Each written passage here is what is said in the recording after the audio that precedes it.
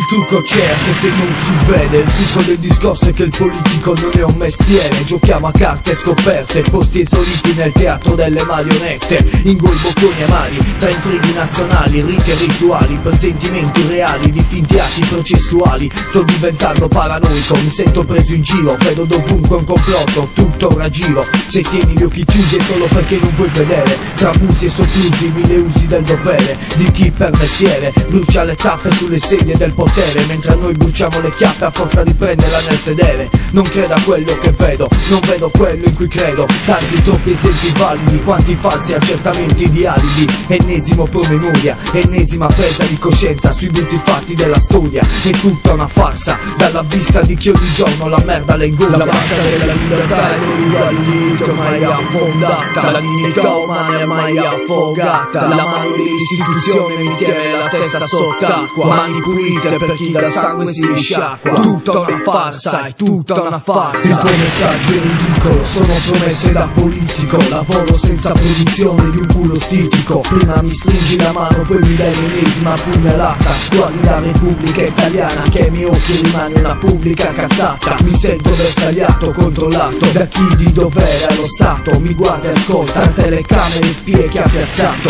Il fatto è che mi vogliono spaventato, per questo mi sento circondato, anche senza aver commesso reato. Stato spione, i cazzi miei sbattuti dove, da chi e come. La P2 e la P3 fra te, non è un videogame che hai o che voi. Hanno il joypad del controllo in mano, il loro gioco preferito siamo noi. Scenario apocalittico di una guerra fra poveri dove si muore senza eroi. Il fiume della verità è inquinato con più merda di un cesso. Compromessi di interessi, patti e successo riflettono l'immagine di un paese mafioso all'eccesso. La banca della libertà è l'uguaglito mai affondata, la dignità umana è mai affogata. La mano dell'istituzione mi tiene la testa sott'acqua, mani pulite per chi dal sangue si sciacqua. Tutta una farsa, è tutta una farsa.